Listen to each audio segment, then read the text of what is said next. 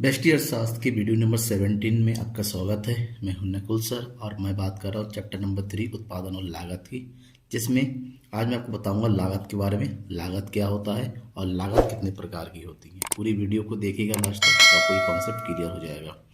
Channel को subscribe नहीं किया है तो चैनल को जल्दी से सब्सक्राइब कर लीजिए। बेस्ट अर्थशास्त्र का 17 नंबर वीडियो है।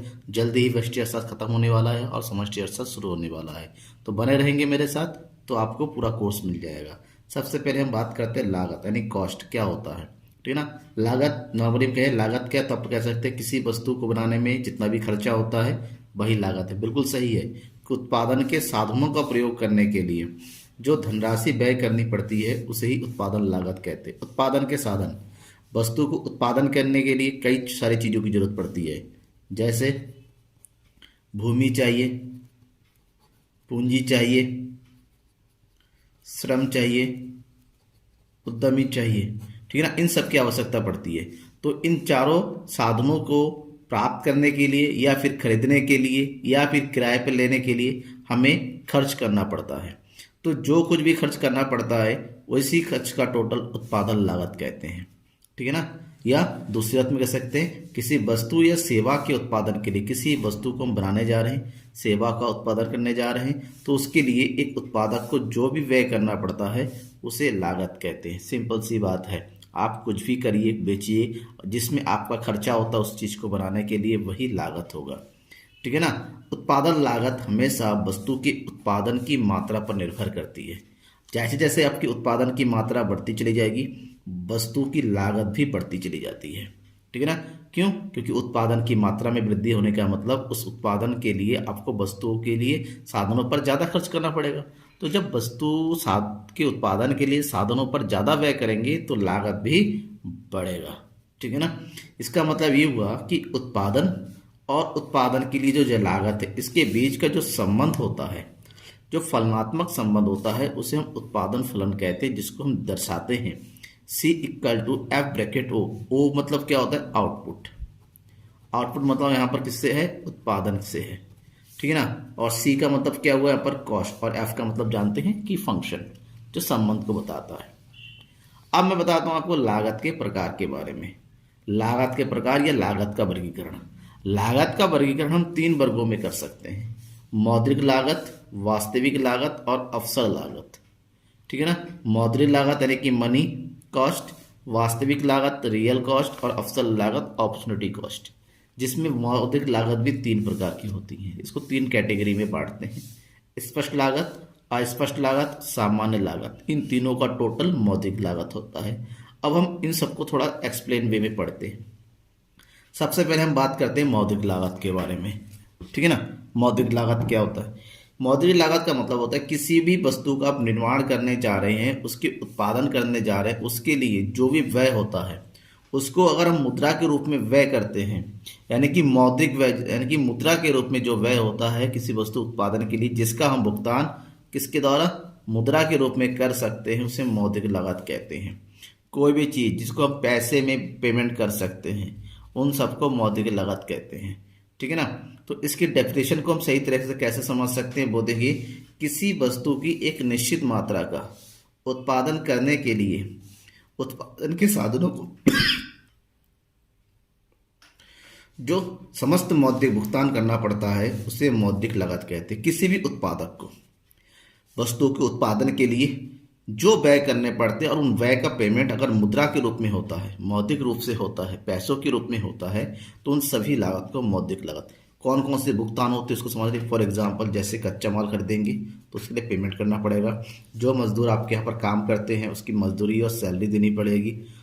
आपको उपकरण खरीदने पड़ेंगे, मशीन खरीदने पड़ेगी, उसका पेमेंट भी पैसों से ही करना पड़ेगा।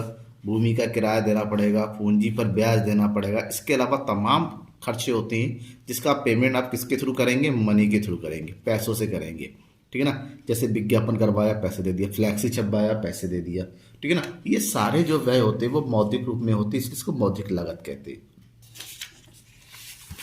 अब मौद्रिक लागत को 3 वर्गों में बांटा गया। यूं कहे मौद्रिक लागत 3 प्रकार की लागतों का एक होती है।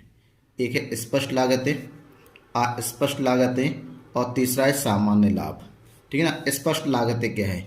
स्पष्ट लागतें जो हमारे सामने स्पष्ट रूप से दिखता है, ऐसी लागत जो हमारे प्रत्यक्ष होता है हमारे सामने, ठीक है ना। यानी कुछ ऐसे व्यय होते हैं उत्पादक को जो वस्तुओं के उत्पादन के लिए करना पड़ता है, जिसका भुगतान प्रत्येक उत्पादक उत्पादन क्रिया के दौरान दूसरों को करना होता है, ठीक है ना। मान लीजिए कहीं से अपने पैसा ले लिया, पूंजी ले लिया, बदले में अपने क्या दे दिया, ब्याज दे दिया, तो किसी और को दिया। तो ऐसे सभी भुगतान जो उत्पादन प्रक्रिया के दौरान आप किसी और को, यानी क्यों कहें किसी बाहरी व्यक्तियों को कर रहे हैं, तो ऐसे लागत को हम स्पष्ट लागतें कहते हैं, क्योंकि इसका हम लेखा जोखा रखते हैं, किसको कितना दिया, किसको कितना देना है। तो ऐसी लागतें, मैक्सिमम लागतें स्पष्ट लागतें ही होती हैं। जैसे कच्चा माल खरीद लिया, किसी और को पेमेंट करना है, श्रमिकों से काम ले लिया, उसको मजदूरी दे देना है, उधार पर ब्याज लिया तो उसको ब्याज देना, उधार पर पैसा लिया उसको ब्याज देना है, किसी के भवन पे आप काम करते हैं उसको किराया देना है, विज्ञापन करवा रहे हैं तो विज्ञापन व्यय करना है। तो ये सब लागतें आपकी स्पष्ट लागतें के अंतर्गत आएंगी। लेकिन उत्पादन प्रक्रिया में स्पष्ट लागतों के साथ साथ कुछ ऐसी लागतें भी होती हैं जो हमारे सामने नहीं दिखती है, यानी कि अप्रत्यक्ष लागतें भी किसको कह सकते हैं, इम्प्लिसिट कॉस्ट, वे व्यय जिनका भुगतान उत्पादक को प्रत्यक्ष रूप से नहीं करना पड़ता है। स्पष्ट लागतों का, इन सब का व्यय भुगतान जो प्रत्यक्ष रूप से करता है, यानी कि एक एक चीज का, कच्चा माल खरीद लिया 100 रुपए का पेमेंट तुरंत कर दिया, ठीक है ना, प्रत्यक्ष रूप से होता है। लेकिन ये लागत ऐसी होती है जिसका भुगतान प्रत्यक्ष रूप से नहीं करना पड़ता, यूं कहे नहीं करता है उत्पादक, ठीक है ना। ऐसे इसमें कौन कौन सी लागत होती है, उन सभी सेवाओं या साधनों का मूल्य सम्मिलित होता है जो उत्पादक का होता है और उत्पादक उत्पादन प्रक्रिया में लगा देता है। यानी कि जैसे खेत है, ठीक है ना, खेत है, खेत किसका, एक किसान का है। किसान जो है खेत में गेहूं काटने के लिए क्या कहता है, 4 मजदूर लेता है और साथ ही साथ खुद भी काम करता है, यानी कि किसान भी यानी कि एक खेत में गेहूं काटने के लिए कितने लोग काम कर रहे हैं, 5 लोग। जब वो पेमेंट करेगा तो 4 लोगों की मजदूरी वो दे देता है और खाते में लिख लेता है कि मैंने 4 लोगों की मजदूरी। लेकिन एक बंदा वो खुद काम कर रहा है जिसकी मजदूरी को वो नहीं लिख रहा है, उसका हिसाब किताब नहीं रख रहा है। अगर वो काम नहीं करता तो एक मजदूर और रखना पड़ता जिसका पेमेंट वो करता। यानी कि अप्रत्यक्ष रूप से ये क्या है, काम तो कर रहा है जिसका पेमेंट नहीं किया जा रहा है, लेकिन लागतों में इसको भी जुड़ेगा, क्योंकि गेहूं के लागत पूरे कटाई में इसकी लागत कहीं ना कहीं शामिलित होती है।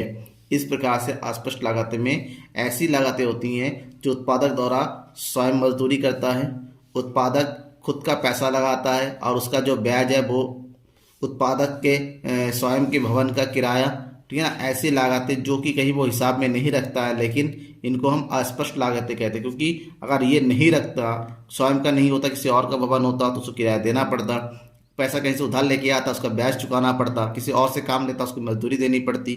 इस प्रकार से इन मजदूरों को ये सब पैसा उसने बचाया है, तो कहीं ना कहीं लागत का ये हिस्सा है जिसको हम अस्पष्ट लागतें कहते हैं। नेक्स्ट है सामान्य लाभ।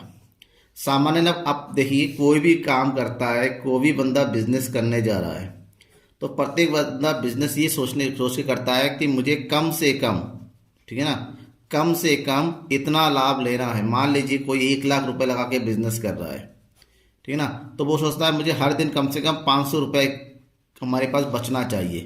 तो ये क्या हो गया, ये हो गया न्यूनतम लाभ। न्यूनतम लाभ वो सोचता है कि हर दिन की बिक्री से कम 500 रुपये का लाभ बचना चाहिए। तो इस प्रकार से जब एक उत्पादक उत्पादन में बनाए रखने के लिए जिस न्यूनतम लाभ की आवश्यकता होती है, आपको उत्पादन में बने रहना है, जिस प्रकार से वो 500 रुपये कमाना चाहता है, तो जब ये 500 रुपये न्यूनतम लाभ कहलाएगा या फिर इसका सामान्य लाभ कहलाएगा। क्यों, क्योंकि बिना इस 500 रुपये के अगर वो लाभ नहीं कमाता है तो वो बिजनेस में नहीं रह पाएगा, बिजनेस छोड़ के चला जाएगा। यानी कि बिजनेस में बने रहने के लिए उसको हर दिन 500 रुपये लेना पड़ेगा। तो इसको जो है लागत में शामिल करते हैं। क्यों, क्योंकि बिना इसके वो काम को, बिजनेस को आगे नहीं बढ़ा सकता, ठीक है। तो ये सामान्य लाभ हुआ। उसके बाद जो दूसरे प्रकार के जो लाभ है, ठीक है ना, वास्तविक लागत, रियल कॉस्ट।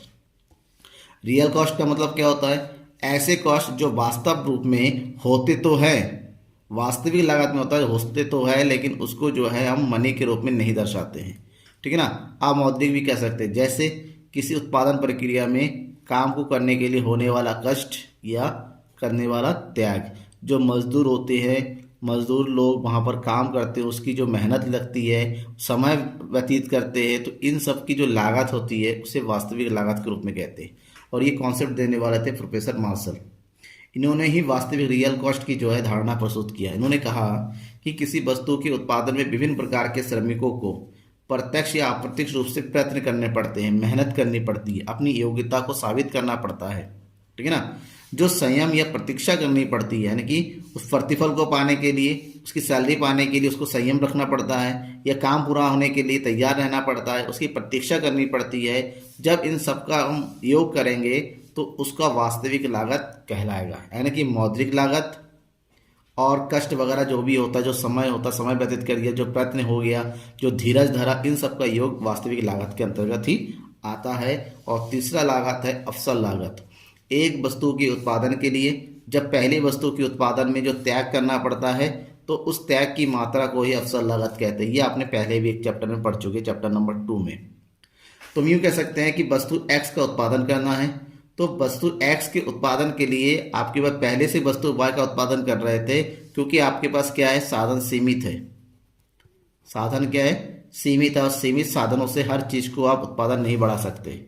आपको एक साथ अगर दो वस्तु का उत्पादन करना है, मान लीजिए वस्तु Y का उत्पादन पहले कर रहे थे, ठीक है ना, 10 यूनिट, X का 0 था, तो जैसे जैसे X की मात्रा बढ़ाएंगे तो Y की मात्रा में क्या करनी पड़ेगी, कमी करनी पड़ेगी। तो X की एक मात्रा बढ़ाने के लिए Y की 2 मात्रा में कमी करनी पड़ेगी, यानी कि X की अवसर लागत क्या है, 2 यूनिट का हुआ, ठीक है ना। तो इसे ही हम क्या कहेंगे, अवसर लागत या अपॉर्चुनिटी कॉस्ट कहते हैं। थैंक यू, इंतजार कीजिए नेक्स्ट वीडियो का, यानी कि वीडियो नंबर 18 का। Thank you.